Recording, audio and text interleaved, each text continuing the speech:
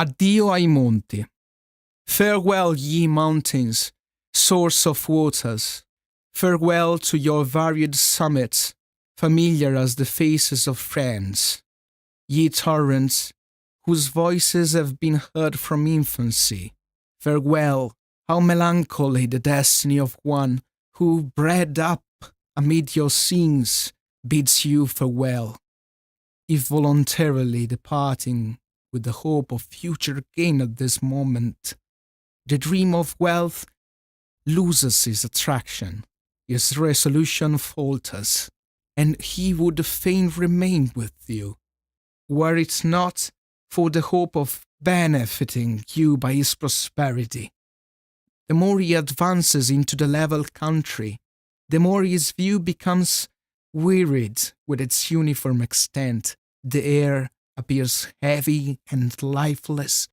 He proceeds sorrowfully and thoughtfully into the tumultuous city, house crowded against houses, street uniting with street, appears to deprive him of the power to breathe.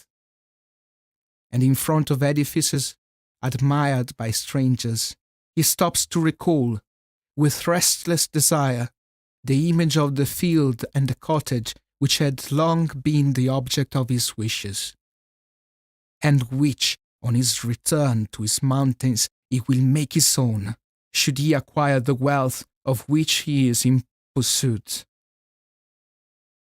The Addio ai Monti, Farewell to the Mountain, is the final part of Chapter 8 of I Promessi Sposi, The Betrothed, masterpiece of absolute beauty in the cultural heritage of humanity.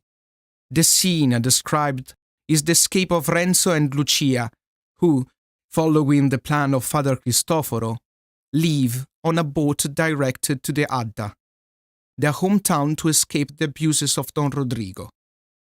This passage describes, in particular, the state of mind of Lucia, who is sitting on the boat, which slowly leads her away from her beloved village. Lucia looks sadly at the landscape that passes in front of her, and sadly greets, one by one, the beloved houses, and thinks of those who, like her, are forced to say goodbye to their homeland.